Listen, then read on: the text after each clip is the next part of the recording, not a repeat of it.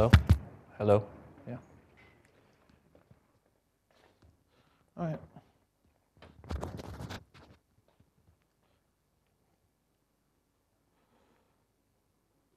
All right, so thank you for coming. So I'm going to try to tell you today about some thoughts that many of us have been having in the field about cells, thermodynamics, and information. And this is kind of like a weird field. Let me apologize by saying it's very, very physics-y. So far we've, at least there's been a lot of very computational biology talks, but this is an unabashedly physics-y approach to things. So, the way I like to think about it, there's basically two stereotypes about physicists. There's the classic joke, how does a physicist milk a cow? Well, let's start by considering a spherical cow, right? That's always the starting point of every physicist. And then physicists also tend to be very, very obnoxious. They say really, really obnoxious and unbecoming things like all science is either physics or stamp collecting. And they say it when they're accepting the Nobel Prize for chemistry. And that's Rutherford, right? But we know what that kind of means, right? There's a lot of just learning parts, collecting data, and this is all necessary, right? They're both approaches to science that have something to offer, right? And I think they're both valid approaches to science. And so what my group has been trying to do is trying to cut the difference, right? Can we make something that's not quite a spherical cow, but is not stamp collecting while using large amounts of data, right? That's basically what we've been thinking about. And one part of that is these spherical cow, look for principles, play with toy models. And another part is deal with data. But we basically think about stuff that tries to do phenomenology. So for the physicists, this is basically, we try to make phenomenological models. And the question is whether phenomenology is a really bad word in biology, pretty much. Like if you submit a grant, at least in the US, and you don't have mechanism, you basically get screamed at for saying there's no mechanism. No one likes phenomenology, but I think that might be changing. And you heard some talks last week about how this might be happening. So my group, just so you know, I'm going to talk to you about some things, but we've been thinking about a lot of stuff lately, basically anything that seems interesting and where there might be data or there's someone interesting to talk to. So we've been thinking about a lot about stem cells and reprogramming, if you want to talk to me about that. These days, I'm really, really excited and interested in theoretical ecology and microbial community assembly, largely because of Miyazaki's friend Daniel Segre. Got me interested in the problem, though we have completely orthogonal ideas of how you should solve the problem, but that's part of the fun. And then, we've been thinking about collective behavior, and these days I'm really interested in machine learning and physics. But the goal of this talk is to basically draw some inspiration from thermodynamics. So Carnot, hopefully, from the Carnot engine. Most of you have to pass the entrance exam here, so everyone has to learn about the Carnot engine. But he has this quote, right? So he's thinking about engines, and he published this, what is really the last scientific manuscript that was addressed to the popular public, as far as I can tell, which is this Reflections on the Motive Power of Heat and on Machines Fitted to Develop That Power. And in it, he has this quote, right? In order to consider in the most general way the principle of the production of motion by heat, it must be considered independently of any mechanism on any particular agent. It is necessary to establish principles applicable not only to steam engines, but to all imaginable heat engines, whatever the working substance and whatever the method it's operated. And so, of course, he's thinking about this back when they still thought of heat as a fluid. That's what the working substance is. But the thing he's trying to say is really interesting, which is that there should be principles that are applicable independent of what kind of engine you have. Whether you have a rocket engine, whether you have a car engine, whether you have a traditional Watt-like steam engine. Can we say something that fundamentally constrains how well an engine can work, right? So most of thermodynamics is basically no-go theorems. They say, if I give you this amount of energy, this is something I can't do, right? And so the question I think many of us have been asking, Antonio has some papers on this, lots of people have been asking in the field the last 3-4 years, is can we say something similar about biochemical networks, right? And so I have a bunch of conjectures about biochemical networks. And what I'll try to do in these talks is not talk about my research at all. In fact, I'm going to talk about 2 papers that were written in the 1970s for most of the talk, which is kinetic proofreading and Berg and Purcell's paper. But what I want you to take away is that there's some deep intuition that's going on. And I have some conjectures about what cells do. So just like the ability of engines is fundamentally limited by the laws of thermodynamics, I think the ability of cells to perform computations and statistical inference about the environment is fundamentally constrained by non-equilibrium thermodynamics. And I have some papers that we wrote that are trying to say these. They're not principles, they're toy models, spherical cows. But the basic idea, I think, about cells, this is what I believe, is that learning about the environment requires energy. And we have to define what learning means. That's what we're going to do a lot of these lectures. Learning more requires more energy. And from an engineering point of view, to ground us, I think we can start thinking about, just like you want to say, what kind of things can I do with an engine? We can ask, if I have a synthetic circuit, what can I do if I give you a given amount of energy consumption? So I want to build some circuit that does some computational task. And I tell you this circuit's allowed to consume this much energy. Are there things I can say this circuit can definitely do? And can I say there's things that this thing can definitely not do? Right? I'm not saying these bounds are going to be saturated. The Carnot bound is pretty much a useless bound. Right? In practice, no engine operates near the Carnot bound. But it's still useful because it tells you things you can't do. Right? Because of the Carnot bound, we stopped trying to make perpetual motion machines. And so the question is, can we say something similar about cellular circuits? Can we say something about what you can't do with a cellular circuit depending on how much energy they consume? Right? And so that is what I'm going to try to give you. I'm going to try to give you my intuitions for this stuff. And my intuitions are, of course, the greats' intuitions, who is John Hopfield and Berg and Purcell. So most of this lecture, we're going to go through these two classic papers from the 1970s, which is the kinetic proofreading papers of John Hopfield, and this Berg and Purcell chemoreception paper, which is on the resources thing. And if I have time, I'll try to show you how, by thinking about those papers and combining ideas, we can start to reach these kind of modern ideas about what's going on. Right? So the first thing I should convince you is that cells actually perform computations. Right? And so the classic computation that Howard Berg basically made into the Ising model of this field is basically bacteria sensing a chemical gradient and swimming up it. Right? And so this is Berg and Purcell, and the basic idea was that, I have a bacteria, there's some nutrient or something it wants to sense. Please ask me questions. I'm a physicist. I get really, really nervous if you don't have questions. So in about 5 minutes, if no one has a question, just make one up and ask me. It'll make me feel calmer. All right? So let me just continue now, which is that you have basically a cell, and it wants to basically sense this gradient and swim up it. Right? And the answer, it turns out, how they do this, I don't think this movie is going to work, unfortunately. Which is really annoying, but maybe it will. Let's see if it works. No, it doesn't want to work. But anyway, what these cells do is they basically do a biased random walk. So they basically start swimming, and then once in a while they basically tumble. Is this thing also a laser pointer? Who knows? Oh, it is. So these things basically do a biased random walk where they basically swim in a straight line, randomly reorient their flagella, and then swim again in a different direction. And the interesting thing is the way they compute this gradient is by basically doing a biased random walk where your runs get longer if you're going up the gradient, and they get shorter if you're going down the gradient. All right? So the first thing you should take away is that you can call this a computation, but maybe that's a stretch. But on some level, they are computing the gradient of an external concentration, right? It's an algorithm. By a computation, what I mean is an algorithm to learn something. And here you have some algorithm that allows you to swim up a gradient and hence learn this gradient. Right? So we want to think about it in terms of algorithms. And the other thing you should take away is that the way this algorithm is implemented is not in some solid state computation like we're used to, but using biochemical networks. Right? So we're implementing computations or algorithms using biochemical networks. All right, this is kind of a contrived example. So let's think about another weird algorithm or computation. So this is just my excuse to show you pretty movies. So this is basically a pretty movie of a creature called dictyostelium.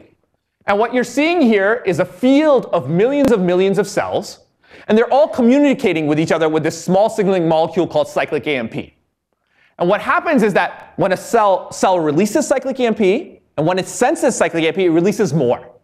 And what you're going to see is that this is a dark field image. And what happens is when the cells receive cyclic EMP, they elongate a little bit. And what you're seeing are these elongation patterns in dark field. And what you see is they set up this crazy spiral wave pattern. And then they basically, that was really poor. Oh, well. Ugh.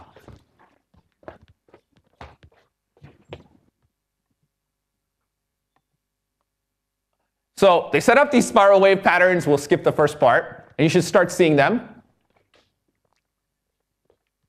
And then they're going to basically aggregate to these centers of these spiral waves.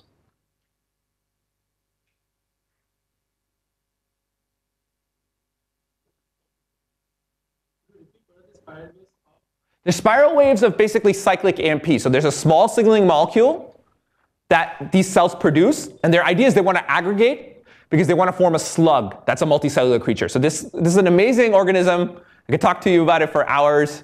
But basically, it lives at the border between unicellular and multicellularity. And so this is an algorithm for basically aggregating at a spot and forming this multicellular creature. Right? And so what's amazing about this is you have an algorithm for genetic networks within individual cells leading to very complicated population level behaviors. Right? I just want to point out to you that this is, like, on some level, this is an algorithm and hence a computation. You could think of this as a computation. But the computations are weird, and they're implemented in a weird substrate. They're implemented using biochemical networks. Sorry, what are we actually seeing there? Is that cell density or? No, those are that is dark field, right? So you have about millions of cells, and you're basically seeing literally what's happening is the cells contract, they elongate when they see cyclic AMP, and that changes the contrast. So you're seeing dark field. So you're basically literally seeing cells in dark field. So it's cells in dark field. That's literally what it is, right? And Boris taught me that I'm supposed to play every movie twice. He yells at me if I don't play every movie twice, but I usually break Boris's rule of playing movies twice, especially when they're like 5 minutes long. But it's pretty amazing, right? And so I'll show you. These are movies taken by my collaborator Alison Suguro, who's a postdoc at Princeton now, but hopefully will have a job by May or June because she's applying for them. And so again, they stream and they aggregate, right? And this amazing, it's an amazing algorithm as far as I'm concerned. And again, yeah, go ahead. I have a question. So why do you call this information or is computation? Why is it not just? Yeah, because okay, so this is why I'm showing these movies. To me, anything that's an algorithm is a computation. So it's basically a way of self-organizing things. So I'll show you. Okay, this is what I want people to think about. What is a computation and what is not a computation? And are we misusing the word? So I'm going to show you examples of things I call computations, and we can decide whether they're computations in about 2 more movies. That was precisely the point of this, right? What's a computation and what's not a computation? So, okay, maybe this is not a computation. But I'll show you another movie of it, but just because I like this movie a lot. So this is basically a zoom in where you can see single cells. So now you can see single cells, and this is a different way of measuring it. This is with a FRET sensor that can directly measure cyclic EMP. So on the right-hand side, basically you're seeing these waves of propagation of this cyclic EMP. On the left-hand side, you're seeing cells. And again, you see these spiral waves. Right? And the important thing I want you to take away is there's biochemical networks inside the cell that are implementing all this. Right? And the goal of this implementation is to aggregate at a single point.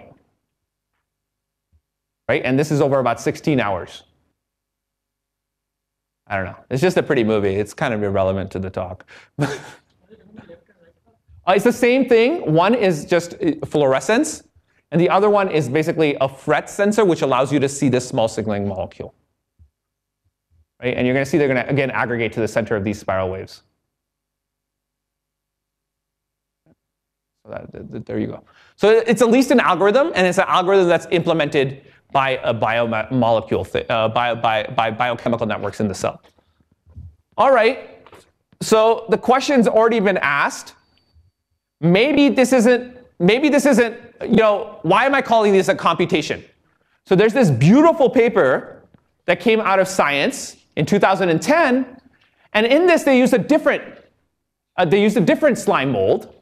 And the basic idea they wanted to show was that they have, basically what they did was they basically put, this slime mold eats these bacteria. So these white dots are basically bacteria. And what they did, as you'll see in a second, let me play the movie for you, is it eats the bacteria by basically making these transportation networks that basically transport nutrients back from these bacteria back to the central body. So you see these things are expanding out. You see these kind of veins, these transportation networks. They go out, you know, and you can like basically go, and they basically, some appear, some others retract. And in the end, you're left with some veins that connect these bacteria to the central hub, right? And so what they did in this very clever thing is they basically put the bacteria, so this is basically supposed to emulate the greater metropolitan Tokyo area, and they basically put these bacteria at population centers. And so now this kind of vein can be interpreted as designing a transportation network from these population centers to the center of Tokyo, right? And you get some structure for this transportation network, right? So this is a classic optimization problem. I have a bunch of bacteria in different places, and I want to connect them all to the center, right? This is laying out a transportation grid. And this bacteria basically solves this problem in some way. So let's watch it again. And the way it basically solves this problem is by basically, it basically flows fluid in these veins, and if nothing is coming back, it basically kills those things. So it's some kind of it does some kind of Monte Carlo, right? It sends out random things, and it has a weighting function that based on how much nutrition it gets, and it kills these things, right? So you can watch it again. And what, of course, the reason this paper is in Science is that this kind of optimization vein network thing actually is a shockingly good network, right? So if you go through and look at this, right? This is basically the same thing in a movie. This is the mold network. This is the actual network. This is the minimum spanning tree. This is some other triangulation. It doesn't matter, Delaunay triangulation. But you see that the network it makes is actually pretty close to the actual network. And they actually use this kind of basic biophysics that was of this mold to design an optimization algorithm that does better than most of the optimization algorithms that were known at the time. So here, yeah. The actual network is the actual network designed by Japanese engineers for connecting the center to these metropolitan locations. Well, it's presumably engineers optimize the network, right? I don't want to play on any cultural stereotypes, but Japanese transportation is very, very good. Right? You know, I was born there, so it's okay. I lived there for 4 or 5 years. So my first 5 years of my life, I lived in Kobe. So what is being optimized here? The flow, how many nutrients come to the center, right? Because you can only get the nutrients from the bacteria. So it's a flow of nutrients, or flow of people would be the analogy. Yeah, you're minimizing basically, there's some cost for building nodes, there's some flow that comes in, and you presumably minimizing something, right? I don't know what the cell is doing. I'm just showing you that this is a non-trivial, very weird way to do what is a classic computation, an optimization problem of a transportation network. Yeah.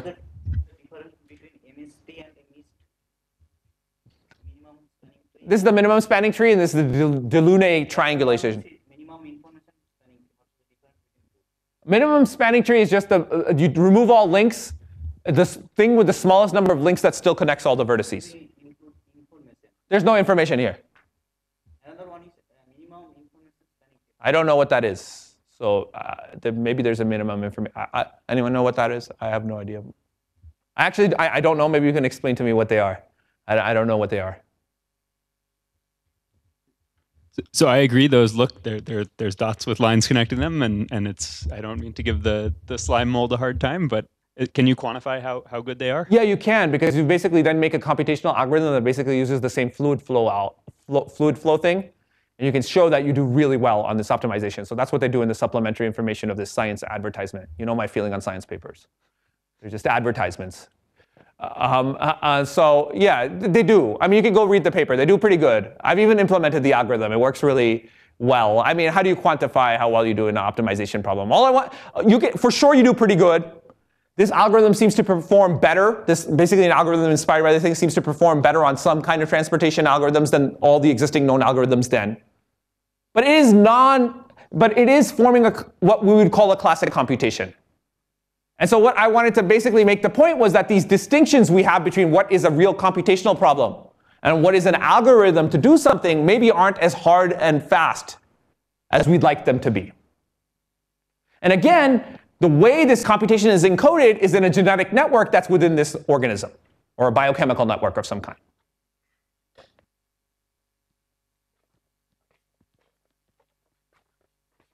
Right. So how much time am I doing? All right, I'm doing OK. Right? So that's one thing, which is basically this idea that cells do computations.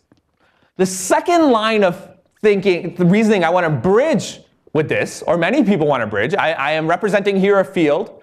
Actually, Antonio wrote one of my favorite papers in this field, the only one that has abstract things that I understand, is this idea that if you're doing computation, there is a long history of thinking about how thermodynamics constrains computation in physics. And the place and this can be traced back to Maxwell and his idea of Maxwell's demon, right? Which was the basic idea is that if I had a gas and I had a demon that could, segregate the fast-moving particles from the slow-moving particles from, say, a trap door, then I could separate out, I could put all the fast-moving particles on the left-hand side and all the slow-moving particles on the right-hand side, and then this would be hotter than that, and I could use that to extract work.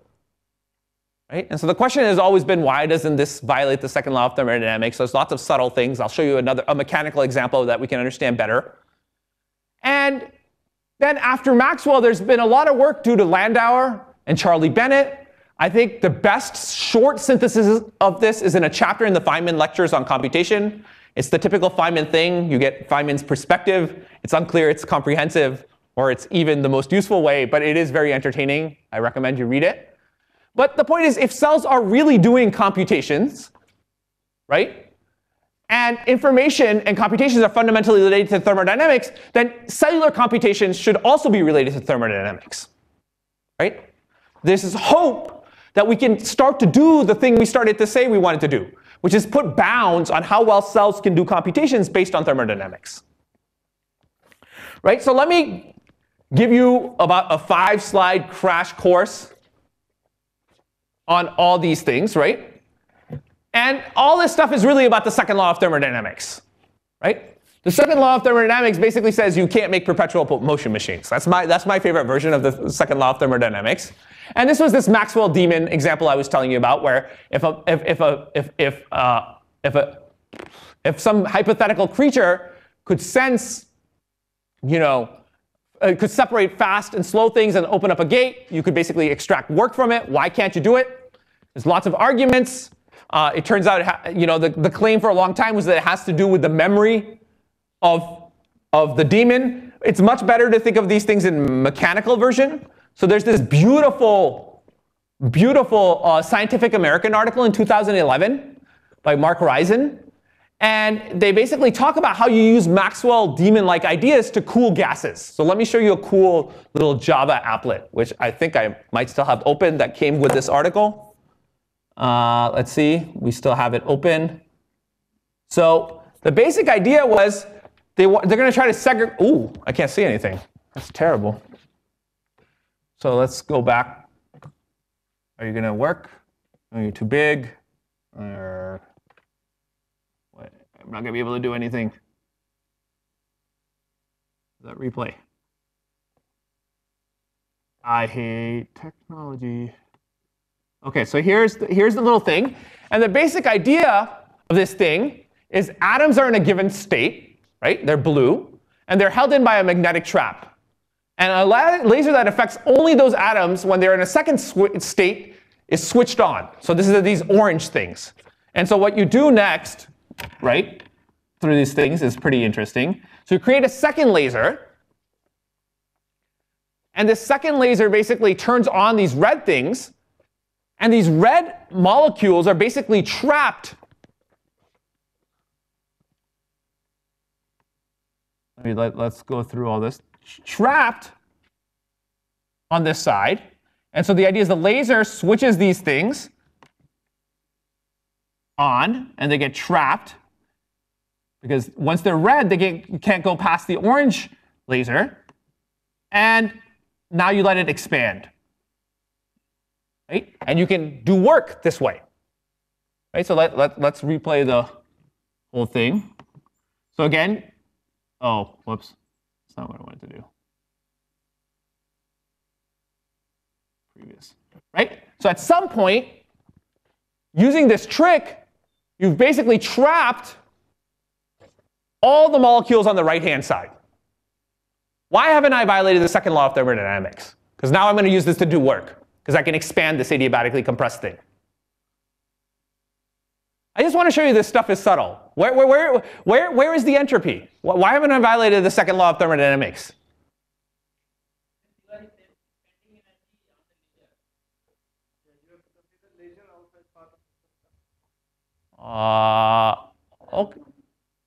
Okay, where is the extra entropy, right? So I basically have less states available to me here. That's almost the right answer. Where is that entropy gone? What do we know about lasers? Why are they not? Why can I do this with a laser and not an incandescent light bulb? Coherence, right? Lasers are coherent. And once they scatter off these atoms, what happens? It becomes incoherent. And so basically what you've done is you've traded in the entropy of the photons for entropy of this gas. But I just want to show you really, really subtle. Right? And all these Maxwell Demon arguments are extremely subtle. It's often very hard to find where the entropy production in these things lie. But you know they have to be true because we believe in the second law of thermodynamics.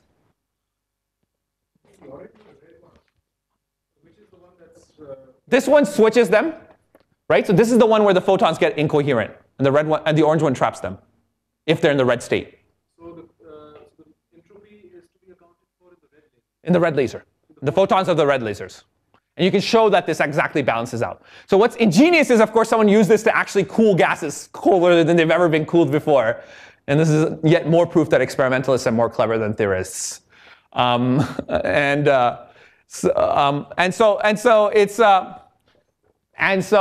it's kind of interesting. Anyway. So let's go back to this thing. The whole scientific article is worth reading, right? And so, okay, the next major thing we should really think about, I think the real landmark paper in this is actually this paper by Rudolf Landauer in the IBM Journal in 1961. And what it's called is Irreversibility and Heat Generation in the Computing Process. So Landauer is sitting there at the beginning of computers at IBM, and you know, one of the things we know about computers is we have to plug them in. Now, is that fundamental? Is there any real reason they have to consume power? Or is that just incidental because of the way we do, the way we design these energy? And so his argument here, and I think it's worth reading the abstract, is it's argued that computing machines inevitably involve devices which perform logical functions that do not have a single valued inverse. Right? What does that mean? It means that if I make an AND gate, I can't tell you what my inputs were. Right? I lose information. Yeah, go ahead. So you can have reversible AND gates. Yeah, we can't. We'll get to reversible and resettable in a second. We'll get to reversible computation in a second, right? Let's get through Landauer's argument, right? And we'll figure out what's right and what's wrong about it. But his basic point is this logical irreversibility is associated with physical irreversibility and requires minimal heat generation per cycle, typically of the order kT per each irreversible function. This dissipation serves the purpose of standardizing signal and blah, blah, blah. And so his point is that because I'm erasing information, I have to consume energy. And why? How does the argument go? Well, the key thing I want you to take away, even if you forget everything else, is that information is physical. I can't think about a bit of information without thinking about the physical correlate of that information. right? I have to think about physically, where is this information stored? And so he basically points out, he thinks about a bistable switch where one side is 1 and the other side is 0, or he talks about some other things. These are 2 figures from the original paper. Charlie Bennett actually has these beautiful, all these examples he made with a basic atomic message. And the basic idea is that you had a ball in a box, and if it was on the right-hand side of the box, it was a 1. And if it was on the left-hand side of the box, it was 0. Well, we'll do a little example of that. In a biochemical network, again, the key lesson I want you to take away is that I can't think about information or biological information in the abstract, but I have to think about the biochemical or biophysical correlates of that information. So I have to think about the protein and the protein states where that information is stored if I want to think about energy consumption, or if I really want to think about the biophysics of this stuff. Right? So information is physical. And the basic idea, of course, we'll come back to this compressed gas, is that we can think about work, and we can think about entropy in 2 ways, right? We can either think about it thermodynamically, or we can think about it as the log of the number of accessible configuration. And so the less information we have about the state, the higher the entropy. Right? So these are just complementary ways of thinking about these things. And so the basic idea then of Charlie Bennett is that you can define the information theoretic or Shannon entropy H, which is basically measures how uncertain I am about something, to be proportional to the amount of free energy required to reset the tape to 0. So I basically take this basic atomic message, and I want to erase it to 0.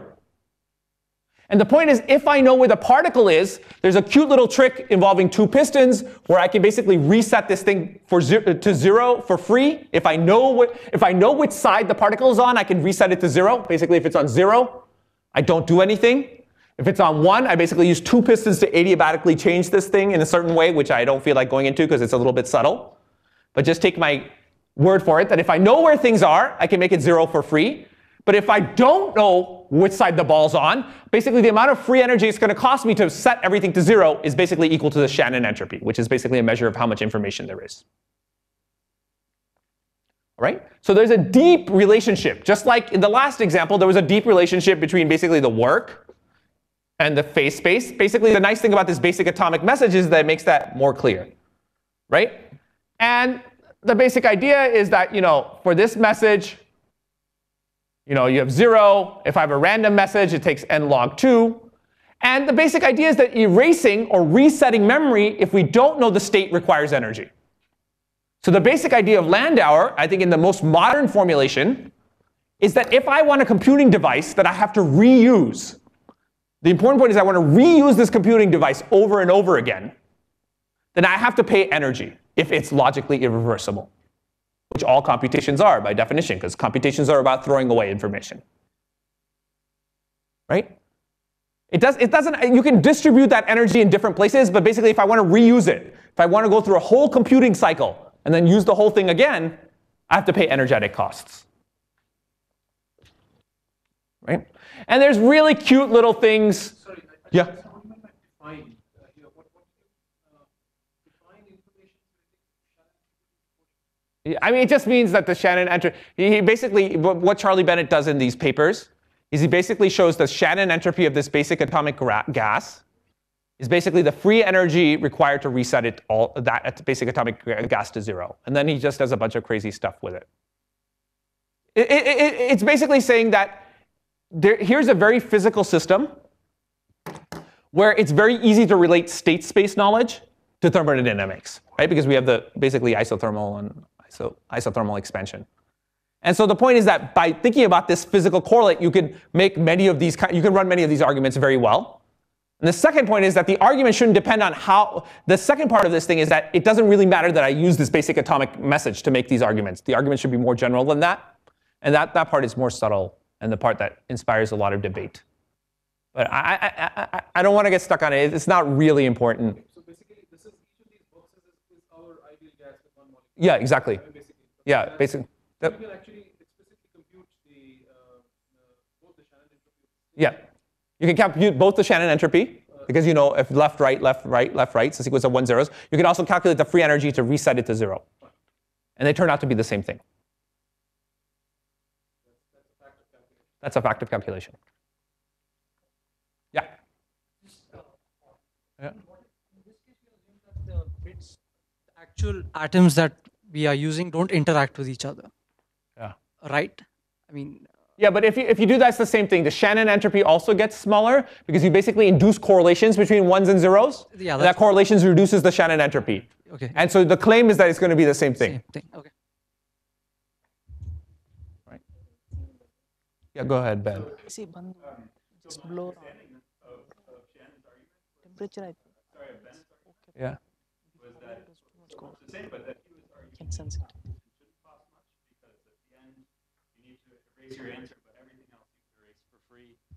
Since it's all reversible. Depends if you want. Depends on how much you have to reuse and reset these things. Yeah. Okay. Yeah. We can get into this black hole forever. I just want you to know this exists. This is controversial. It's super interesting, and we can. And the real question is: there's no doubt that people think you have to use some energy. The question is how much energy you have to do, what the bounds are. These, I would say, are fairly settled, but Ben might disagree with me. I don't know, right? But there is this whole world. I never learned about it until I read Feynman's book in 2011 by mistake. All right? And this is some funny thing where you basically can use information as fuel. If you have one of these tapes, if you know where the position is, you can position a piston on the left or on the right appropriately. You can let this thing expand. And in this way, you can basically use your information about whether something is on the left or right to basically fuel something. So information and work aren't that different from each other. And of course, there's a huge debate, as has been pointed out, on what causes energy dissipation. And there's all these things of what are called reversible computers, which are basically computers. The most famous example is this Toffoli gates, where people set up balls to basically collide with each other and to make things. And then there's a lot of stuff, actually biological stuff with DNA ratchets and things like that. And my claim would be, again, you need energy to reset the balls. It's all about whether you want to reuse this thing again. But we can talk about this again. There's a lot of debate about this. So the most interesting thing is recently there's been some experimental progress on this I want to point out too. So people using colloidal particles in lasers have basically verified the idea that if I want to erase 1 bit of memory, it takes about ln2 kBt of work to do that. And in that paper, they claim that the current, and that's called the Landauer limit, and in that paper, they claim the current computing devices are about 1,000 times the limit of the Landauer thing, which seems very high to me. I mean, very low to me. I think it's probably much closer to 10,000 or 100,000. But the point is, as these computers get more complicated, you approach this limit. But the limit is interesting, independent of whether you're saturating it or not, because it tells you what you can't do. Again, this is this idea that there's no-go theorems. There should be no-go theorems in biology, just like there's no-go theorems in thermodynamics and computing. Right? And there's a lot of papers in the last 4 or 5 years thinking about the validity of Landauer's principle in the quantum regime. I find many of these to be definition juggling, but maybe people are smarter than me and can understand more than I do out of these. All right? All right, so let's get back to this thing, right? So we know that we have some stuff in the physics of information. We know that cells compute. And the question is, again, can we say something? I'm not saying no one has done this yet. But what your job should be, if you find this interesting in the next 10 years, is that you guys should figure out how we can make something like a Carnot bound for biochemical networks. I think that's a worthy goal for a theorist in this field. All right? And so basically for the rest of the talk, the rest of these seminars, I'm going to basically walk you through the classic papers and hopefully end up at some stuff that my group and many other people have been doing recently. And the basic idea, I think, are the questions. The questions, I think, are the most interesting thing. I don't think we have that many answers right now. We have really great questions. And that's usually a good place to be if you're a student. Places with good questions and not that many answers, right? And so the first question is, what are the fundamental constraints placed by non-equilibrium thermodynamics on the ability of cellular circuits to process information, perform statistical inferences, and perform computations? We know in information theory, if any of you are information theory background, I know at least one person is, because I talked to him yesterday, right? We know that power fundamentally constrains an information channel. We know power fundamentally constrains computing. And can we say something more? Second, how do molecular components of cellular circuits, like DNA, proteins, phosphorelays, exploit energy consumption to improve information processing? And I think another thing and finally, to ground ourselves, I think we have to ask about forward engineering things, right? This is another Feynman thing. You don't understand it until you can build it, right? Can we use ideas from thermodynamics to improve the design of synthetic cellular circuits and modules?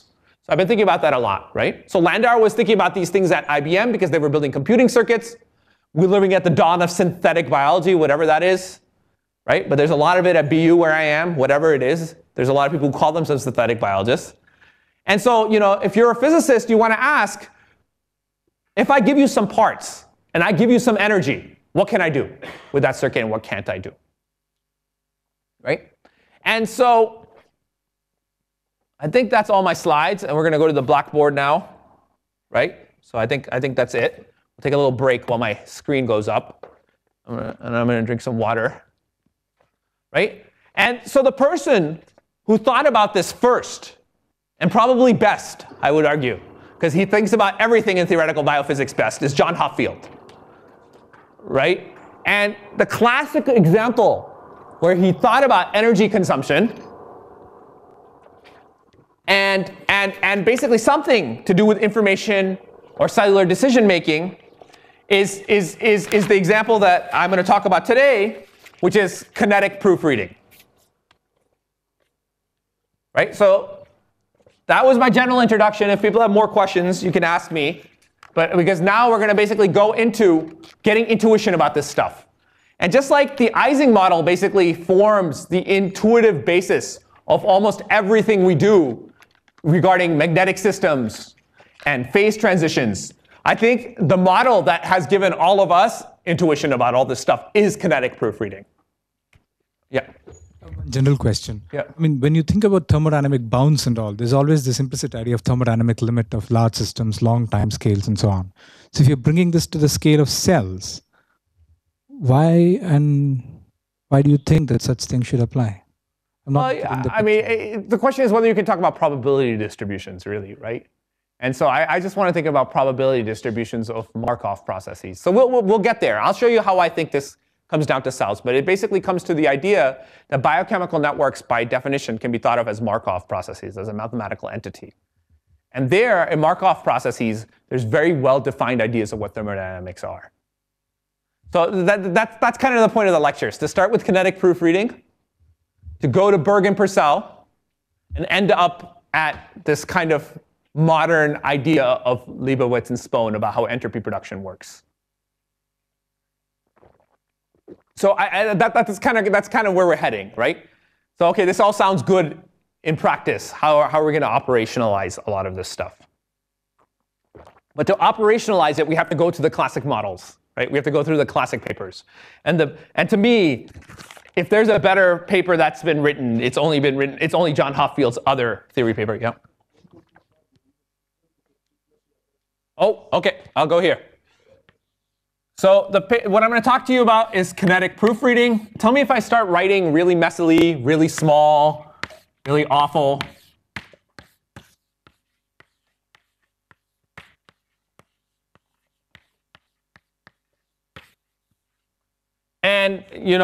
And this is basically, I'm going to use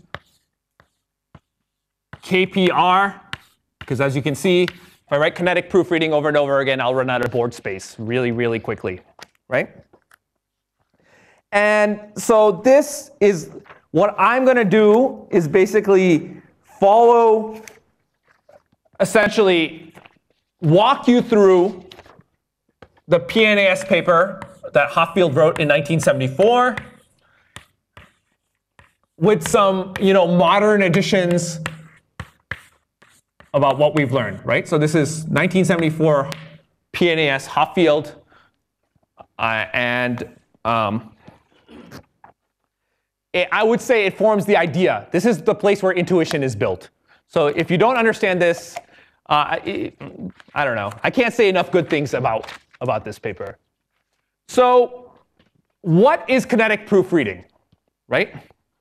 And the basic idea, I think the best working best working definition is that you increase the specificity, and I'll tell you what this means in an example, of a reaction beyond what's available from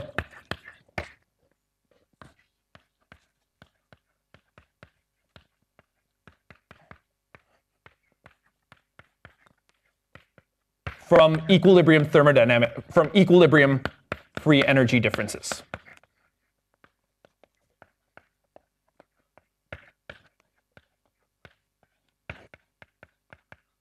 So I feel obligated to write out a working definition of kinetic proofreading, because kinetic proofreading is basically this idea where I have a setup where I want to discriminate between two things, right? And this can be discriminating between two molecules to make a decision.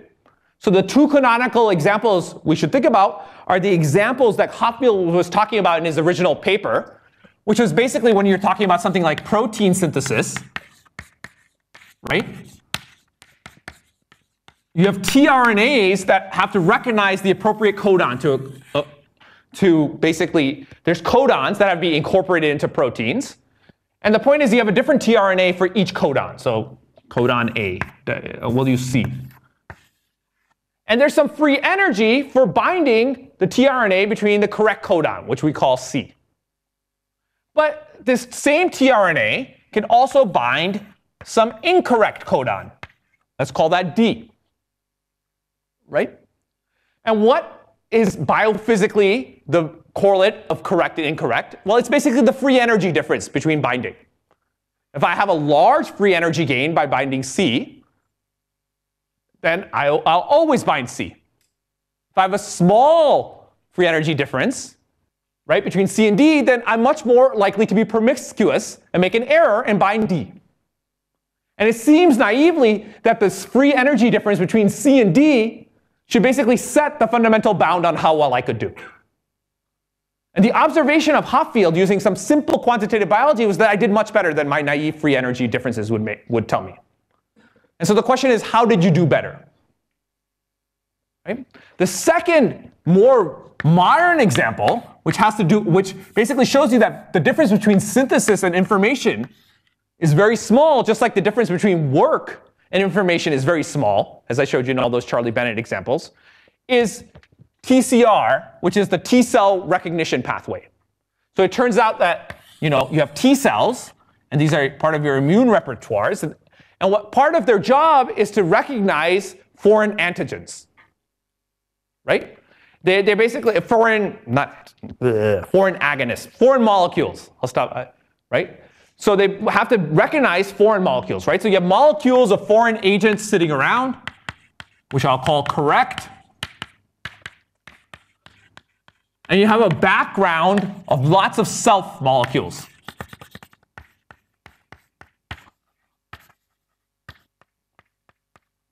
And the whole idea is that basically this TCR, which is this T cell receptor, basically binds these things. And if it finds a foreign antigen, it basically triggers the whole immune response. Right? The thing that's confusing about all this TCR is that if I think about free energy binding, another way of measuring that is how long on average are these molecules bound to this receptor. So it turns out the self molecules basically bind with something like 0.1 second. Foreign molecules bound with something like 3 seconds. Right? So maybe a factor of 1 to 3 seconds. So you have a very small difference in free energy between these two things, but you almost never trigger yourself with your, it's a disaster to basically trigger this TCR with self molecules.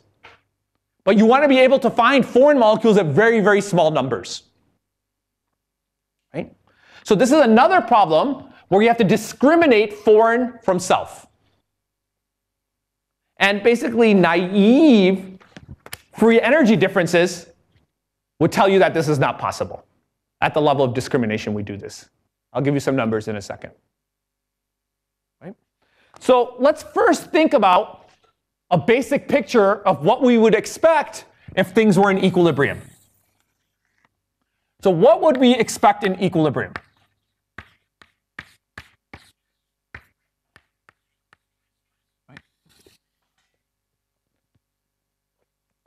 So the general scheme we're going to think about is that we have C, correct, binds some molecule at K plus C. It can unbind at K minus C. It forms a complex CC. And then you, with some W, you get either the correct product or correct decision, if I'm thinking about TCR. Again, notice there's not much difference between information and making a physical substrate, making the correct molecule. Right? It's whether you make the correct protein or whether I make the correct decision in the context of TCR. And then I have an incorrect ligand, D, that can also bind C, form a complex DC at some rate K plus D, some rate K minus D, also W, and you get incorrect product.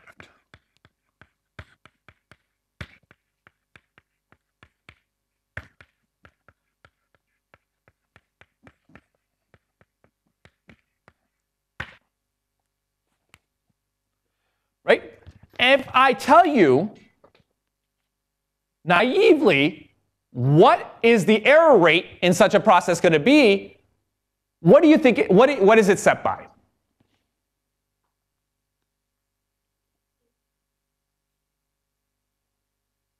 Well, let's think about it, right? Well, let's draw a picture. So I have some reaction. I have some reaction coordinate.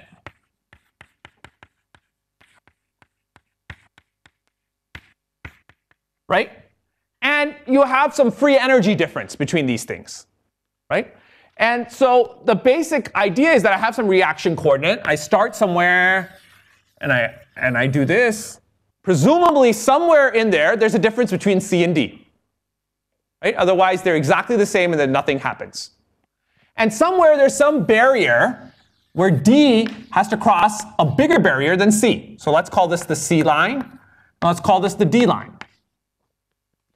And from Arrhenius's law, we know we expect the error rate to basically be given by the exponential of minus the free energy difference between C over D by KBT, where this delta G is basically the biggest free energy difference along this reaction path. Right? So your basic error rate in equilibrium is set by the equilibrium free energy difference along the reaction path between C and D. Right? That's basically what equilibrium thermodynamics says. And it doesn't seem like I can do any better than that. Right? And so the insight of Hoffield, which we're going to get to, is that actually you could do better than that by basically working out of equilibrium and consuming energy. And the other thing that Hoffield's paper is really good at is that he points out that to every thermodynamic picture, there is a corresponding kinetic picture, right? Hence the name kinetic proofreading. Yeah, go ahead. Yes? Yeah? Versus the concentration of the incorrect complex. Yes. That will depend on the concentrations of C and D, right? Oh, that's a great point. I didn't get to that. Yeah, I was supposed to say that, and I forgot. So for now, we're going to assume C and D come in equal number. But as I was trying to hint at here in the TCR, C and D come in very different numbers. So Hoffield did not consider that C and D in different numbers, but my friend Paul Francois and Gregor Alton-Bonnet actually have a very beautiful scheme, which they call adaptive sorting, for dealing with the fact C and D come outside, which is kinetic proofreading plus. And my hope was to get to that at the end of this lecture, but it's probably not going to happen. It'll happen at the beginning of next lecture. Right? So right now, let's assume I'm at the same concentration so that you're dominated by energy and not entropy. But it's a great point. All right? So this is the thermodynamic point of view, but we can also think of this kinetically. Right? So let me come here. We can write some kinetic equations for this thing. We're going to write down some Nicholas-Menten equations. And one of the things that is really important in thinking about all this stuff is to be able to go back and forth between the kinetic and the thermodynamic picture with ease. So let us write down some kinetic equations. And so, you know, if we think about the rate of the complex CC, right?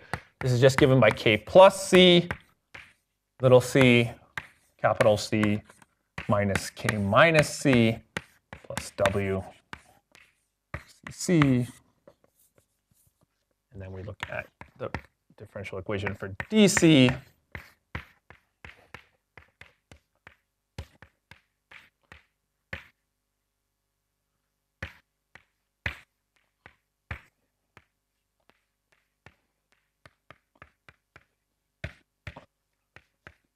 Right?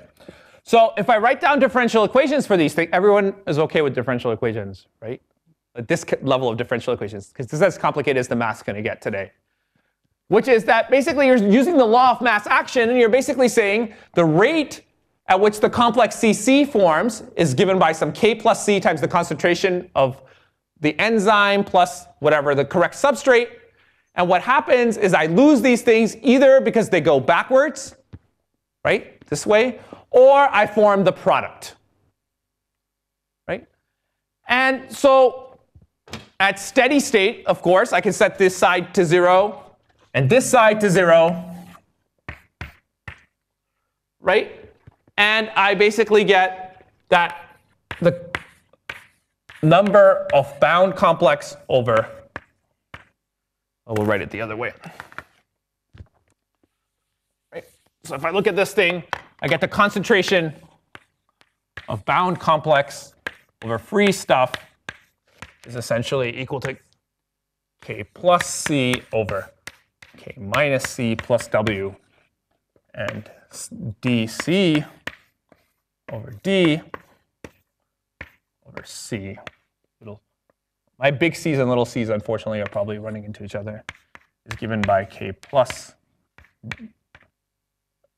D, K minus D plus W. So far I haven't done much. But now we can start thinking about how to think about this some more. Can anyone see this? I'm afraid no one can see anything. But so now we can start thinking about some stuff. So what can we say about the on rates of these things? Right? And what can we say about the off rates?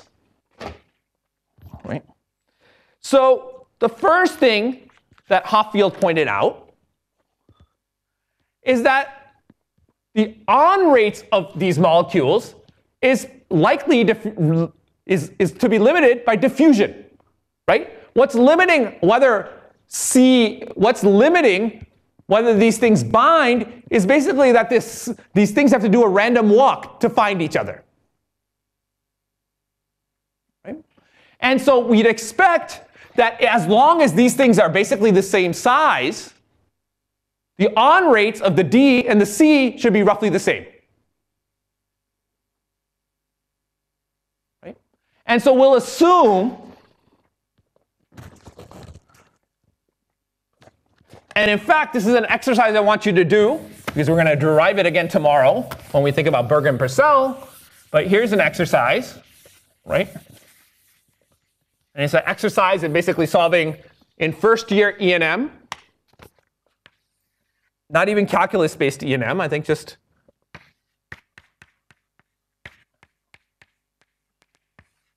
show that for a spherical object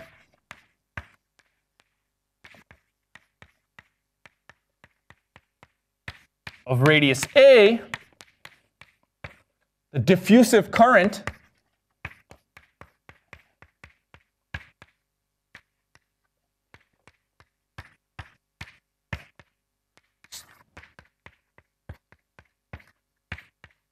So the basic idea is that I think about this little complex C as an object of radius A. It's swimming in a bath of these big C's of concentration C naught. And the point is that the on rate is basically going to be set by the diffusive current. How much do these small molecules hit this little C? And it turns out you can calculate it pretty straightforwardly. It's 2 lines. We'll do it tomorrow at lecture.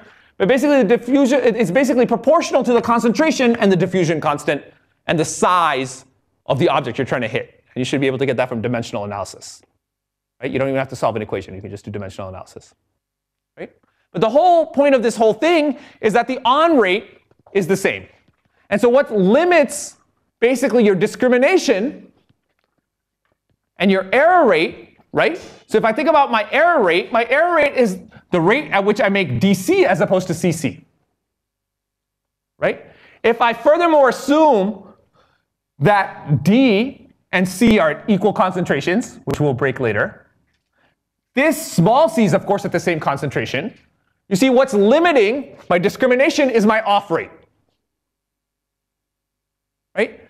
It's basically how quickly do I unbind from this thing. Right? And it's clear the incorrect ligand better unbind faster than the correct ligand. But we also know that the binding off rates, basically how strong you bind, are also related to free energy. Right? And so there should be a dictionary between going from kinetic parameters to free energies. Right? And it's pretty straightforward. How much time do I have? 28 minutes. All right.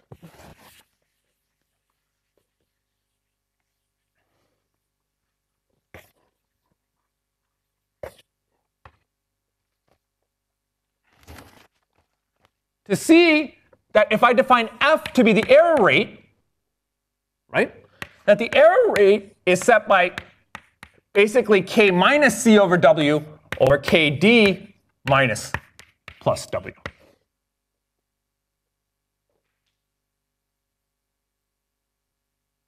Right? I haven't done any magic here yet.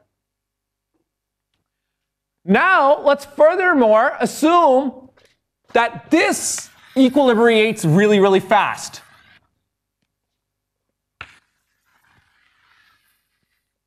Compared to what happens there. Yeah, go ahead. So the rates actually depend on that activation energy. Right. So the point is, yeah. So this is what we're trying to do here, right? We're basically saying, on the other hand, we can think of these as free energies. Right? Basically, the point is, if I can ignore this W here, right, then I'm just talking about a simple equilibrium reaction. Right? Let's work in the limit where this doesn't exist. I'm just talking about the equilibrium reaction. Then I know that basically the ratio of CC to C plus C, which is basically this ratio, is also going to be proportional to the difference in free energy between the complex and the free C. Let me call that delta GC. This is also going to be proportional to delta GD, right? Because you're in equilibrium with each other. And so, again, this thing, where I'm ignoring W, since K plus and K minus are the same, right? I ignore the W's, the K plus and the K minus are the same. It's clear that this is also proportional, as claimed, to e to the minus delta GCD, up to signs that I am not going to get right. Right? Whatever. Define the delta appropriately.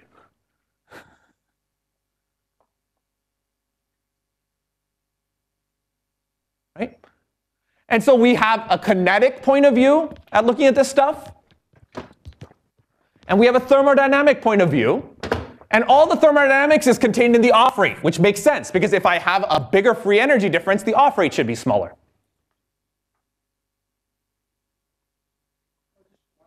Yep. Is it possible that delta GC and delta GD are the same? Yeah, that would mean the off rate is the same, which means there's no correct ligand. You have no hope. right? It's clear that then you can't discriminate between the two. No, what I mean is in one case, the activation energy is very high. There's only one complex here. That's why we're doing Michaelis-Menten. There's not lots of intermediate states. Yeah, go ahead.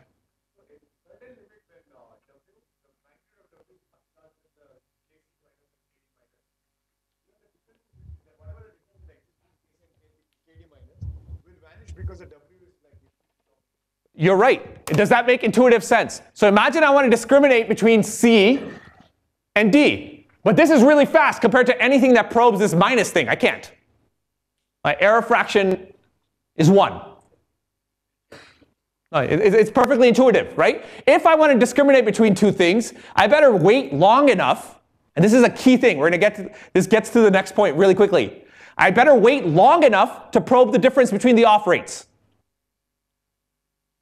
If somehow I could wait longer, right?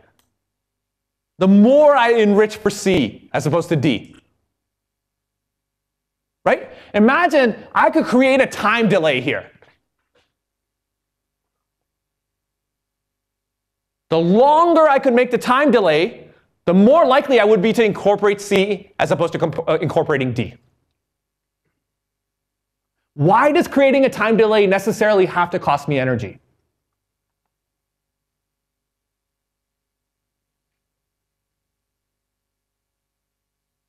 What in thermodynamics for the physicists? The biologists, I'm sorry for asking this question.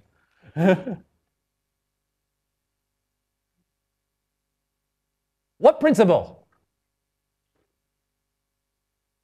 What symmetry am I breaking?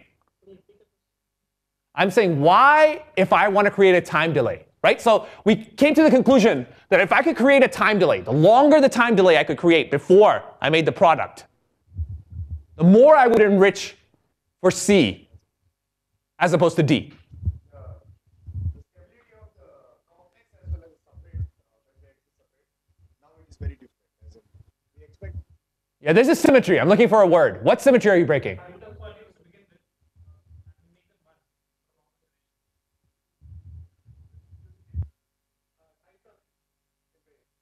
Yeah, you guys are all saying the same thing, but there's one word that you should, which is the time that you're breaking time reversal symmetry.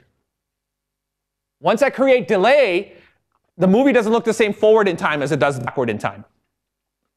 And one version of the second law of thermodynamics is that if I break time reversal symmetry, I have to consume energy. That's one way of thinking about what kinetic proofreading is. So one version of kinetic proofreading is, let me consume energy to create a time delay. That is literally what kinetic proofreading is. Okay? Let's consume energy to create a time delay. And we'll talk about how we do this in a second. There's a second equivalent way of thinking about kinetic proofreading, right? Which is that, how much time do I have? Okay, I will skip that part and we'll talk to the second part. What's the second way I could do this? Well, imagine I could run this kinetic proofreading lots and lots of times. So imagine I could do this and then take the product and run the same scheme again. Right? And I could run it again and again and again. Right? So I take my product, I get some wrong things, C and D, some ratio. But then I take the products of the first thing and feed it into a second independent reaction. And then a third independent reaction that does the same thing. Well, then it's clear that if I could run this thing L times, then I would get an error rate of F naught to the L. And basically the idea is running it L times, if I think of that L times that I'm running it as one long W, that's the same thing as creating a time delay.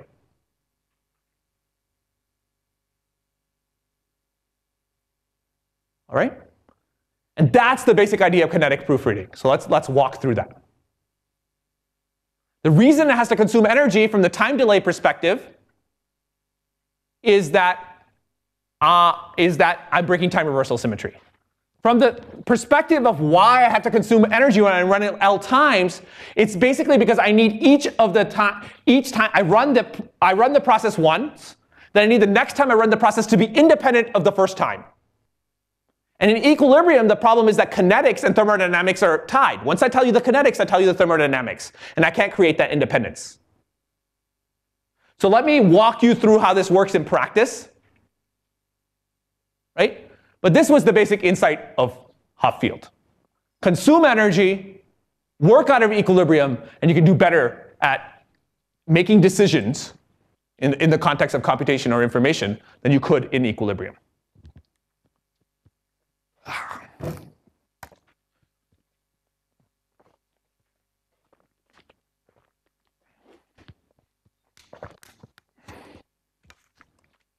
Right? So just to be clear, the basic idea is that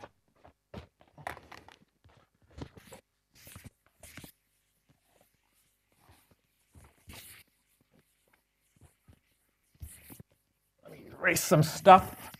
Yep. Oh, did I do something really silly? Which D? Oh, yeah, yes, this is diffusion. Sorry. Script D. That's my diffusion constant. Sorry, that was one of those bad. Yeah. Yes. No. Yeah. Yes. I mean, yeah. I mean, you're breaking detailed balance. This is going to be what the whole core. This is the whole thing. This is going to be the whole thing for the rest of the lectures. Right? Yeah. So there, if this decay of these complexes into the final products is a fast process, yes, then W is close to 0. Fast? If that's a fast process, if that's a fast process, if the decay of that is a fast process, that is a decay of the complexes into the final products. Then this is really fast, right? This is really large. Then W is very large. Yeah. Yes. And when W is very large, then that ratio becomes 1, and you don't get any benefit. No. You don't. You can't tell the difference. Can't tell the difference. On the other hand, if it's a very slow process, yes, then you will get that difference which you've written on the right hand side, right? That's the maximum that you can get. Is that right? Or now, I mean, so yeah, okay. No, this is in equilibrium, right? Everything here was assumed for this simplest Miklas-Menten thing. Now I'm saying, forget about these formulas and let's just do a thought experiment, right? I have to enrich for two things, right? That bind, but I know one falls off at a slightly faster rate than the other one. Now, the longer I wait, the more likely it is that this thing came from the thing that was bound longer. Huh? Just wait in time, right? So see, I basically have this CC complex and a DC. Imagine I give you a CC complex and a DC complex. Now I wait in time. This is going to fall. The longer I wait, the more likely, if there is a complex left, the more likely it is that it is a CC complex, as opposed to a DC complex. up to a certain point, not the longer you wait. I mean, it's not beyond a certain point, it won't matter how long you wait. You're asking about saturation effects. Yes, I mean, intuitively, that's what it says. Yeah. We're going to make this, yes, I'm just trying to give intuition. We're going to make this much more precise right now. The last 15 minutes are basically about making this more precise, right? I'm just trying to give you the intuition of why you need to consume energy. It's because you're creating time delays, or you're running these things n times, right? And so the basic idea now of kinetic proofreading is that you basically imagine I now take this scheme,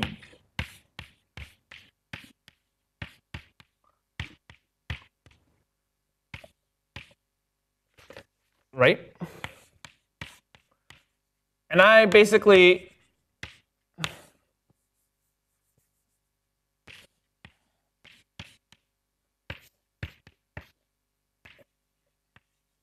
This is the generic. So I'm going to run it twice.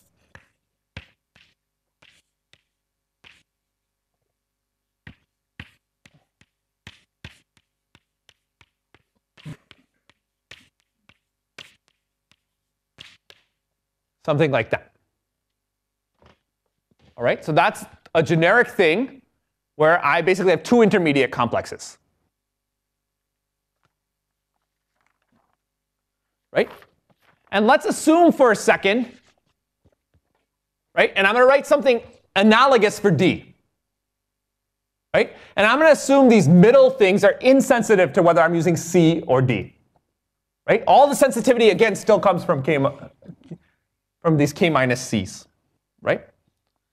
And assume now, for a second, I can ignore these back reactions. These back reactions here, and this reaction up here is very small.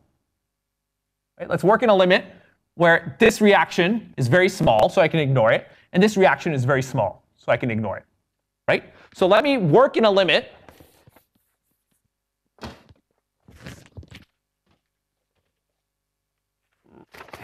Right? Where I basically can think of this as a reaction like this.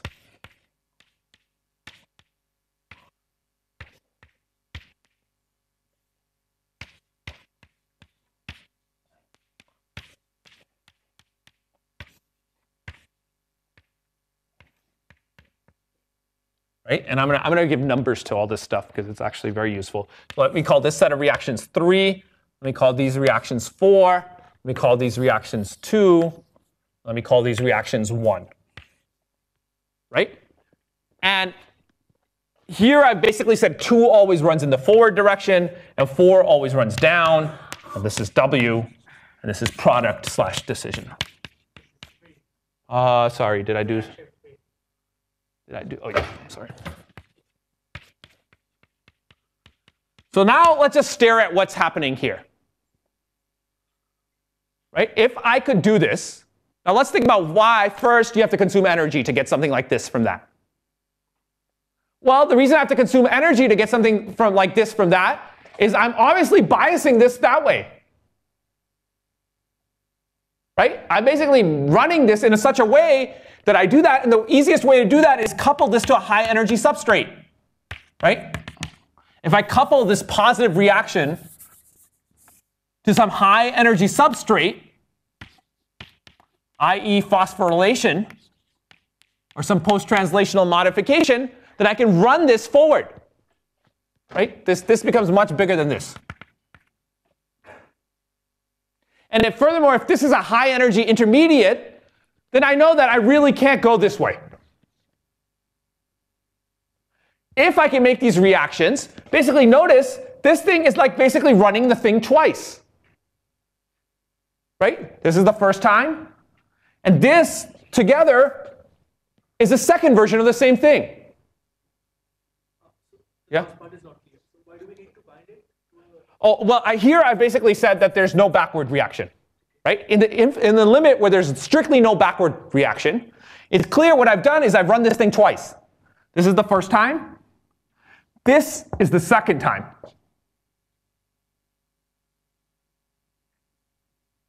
And I could keep on doing this n times.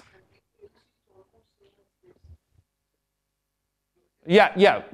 This MC is almost, I mean, if it was strictly the same, you can show it's actually the same if it's insensitive to the intermediate. That's something you can derive. It's derived in the Hoffield paper. If you assume that this intermediate is insensitive to whether it's C or D, you can go through. Yes, let's just, for the sake of argument, say LC is the same as KC. Then you're just running this thing twice. And I could do this n times. And if I ran this n times, I would get an error fraction of f naught to the n.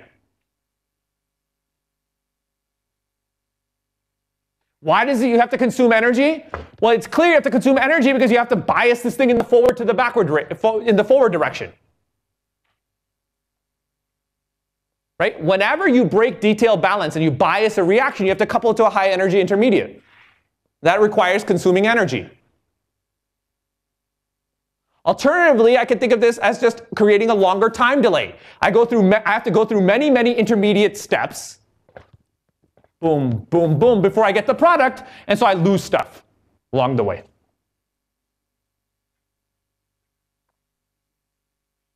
Right?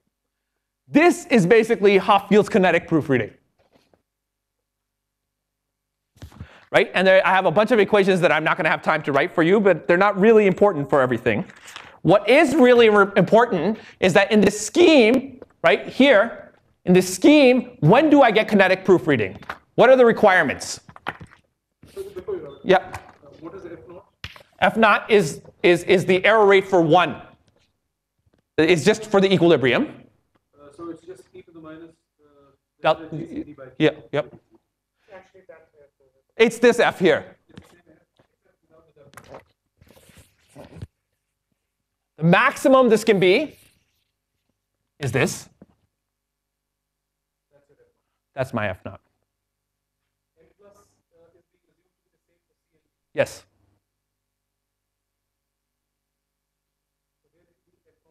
Yes.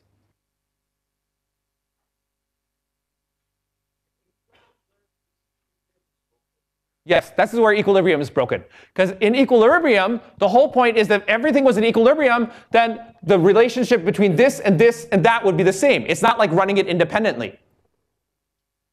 Right? Once I tell you the concentration of this, I know the concentration of this, and I know the concentration of that. Because that's what equilibrium means. So in order to run it independently, I have to decouple it. I can't have this M minus, essentially.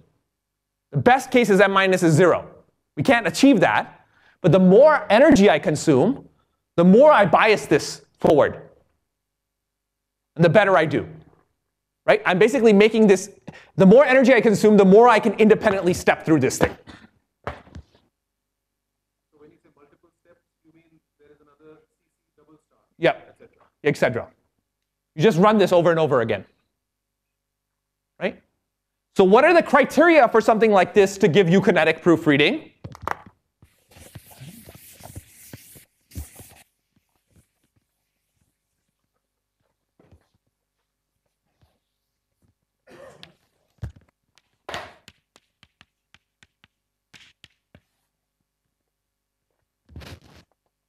Right? 1, d star must come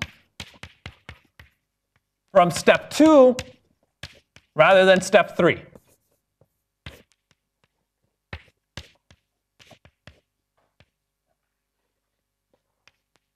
Right? That makes sense because you want everything to go through everything, right? Go through the things twice, right?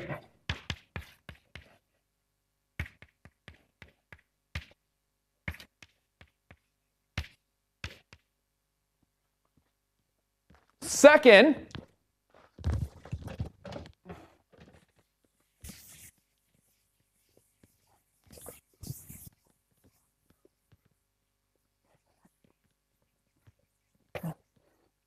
two, loss of molecules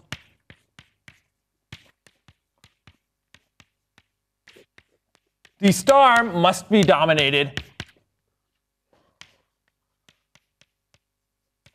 by path 3,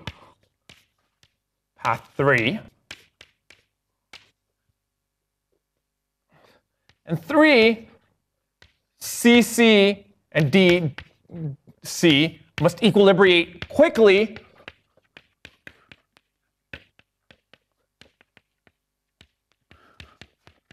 so that you probe the binding kinetics.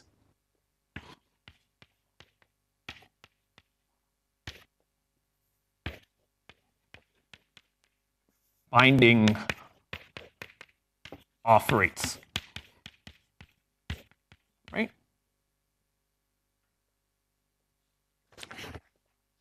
How much time do I have? 5 minutes? 6. Okay. So that is basically kinetic proofreading. Read the paper. The paper is essentially, you know, a marvel in clarity and amazing. But that's the basic intuition. But now I want to point out some more things there's some prices you pay. You consume energy, and you make a product that is better than before. But what are the trade-offs?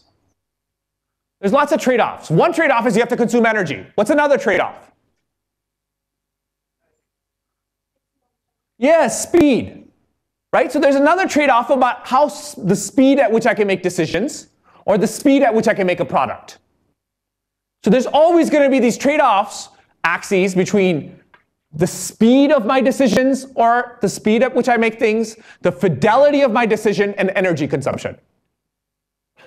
And there's always going to be trade-offs in this three-axis plane. Yeah. It's actually about the trade-offs. Suppose that I can tolerate a given error rate. Yes. Which would correspond to f naught to the theory. Yep. How does the system ensure that the proofreading occurs only 3 times and not 5 times? Because in principle, it could keep happening that to ATP and Yeah. burnouts, and you would run into a very low error rate, perhaps lower than what's needed. Yeah. Expense of making it too slow. So do you know, for instance, in tRNA recognition, how does the system? I think in tRNA it's done once. Once. Yes. So what keeps the memory to I don't- it happens only once?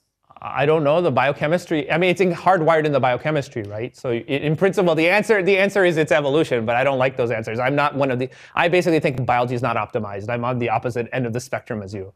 I don't know. My answer is it's hardwired in the biochemistry. I have no answer for that. I have no answer for that. I can tell you something like TCR, where it's really important. It runs through like a 5-stage thing. So your basic intuition that the less I can tolerate an error rate, the longer these kinetic proofreading cascades seem to be, is basically true from all the examples I've seen. From knowing a little bit about a mechanism, I can see what with the bookkeeping and remember that I've done it only once.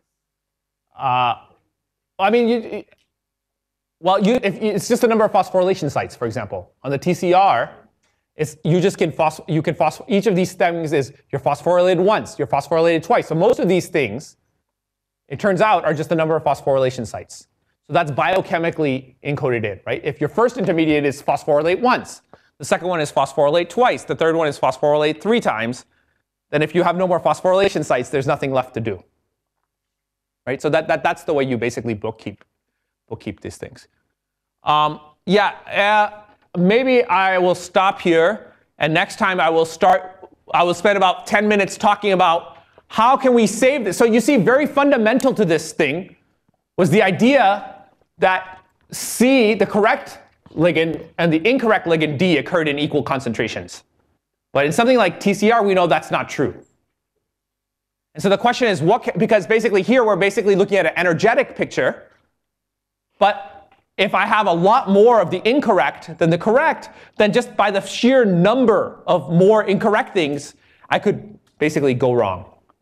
And so I think in the last 3 or 4 years, this has actually been worked out really beautifully through a bunch of experiments in the laboratory of Gregor Alton Bonnet, who just moved to the NIH but was at Sloan Kettering. And the theorist really, I think, who's been doing this stuff is Paul Francois at McGill. And he called this adaptive sorting. So I'll spend about 10, 15 minutes talking about their work. And then we'll go on to another fundamental thing that I think is as fundamental as Berg and Purcell, which is as kinetic proofreading, which is Berg and Purcell. And Berg and Purcell, I think, is basically, again, about how you estimate the concentration of something in the environment. And until very recently, no one had really thought of that from an energetic point of view. And so in the end of the third lecture, I'll tell you about this computation of sensing concentrations, and then I'll tell you about how me and my friend David were thinking about this from an energetic point of view and trying to use some of the ideas from basically kinetic proofreading. And then I'll conclude my third lecture by telling you my crazy ideas about what all the things energy is useful for in biochemical circuits, and maybe get around to trying to explain these conjectures. All right, thank you for listening. If you have more questions, I'm happy to take them. I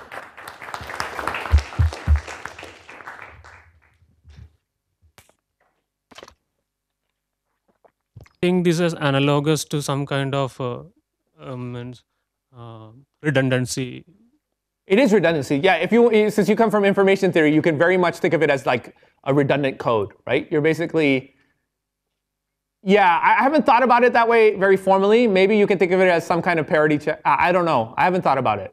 But yes, you're definitely using, I haven't thought about it that way. That's an interesting question, whether you can think of it as basically some kind of redundancy or some kind of like turbo code or some code. Yeah, I haven't thought about it as a code. That's kind of interesting. Because part of why I don't think about it as a code is I think these are decision problems, which are fundamentally not information theoretic problems, right? So there is this work due to Verdu at Princeton who basically relates minimum squared error to information. But those results are only in 2005. And it's still unclear in general what the relationship between decision problems and information theory is. So the only ones I know are these results due to Verdu, which are very interesting, but they're only 10 years old. So in general, decision problems are hard to think of in an information theoretic point of view. Maybe Antonio has a different point of view. I think he does. You can ask him after class.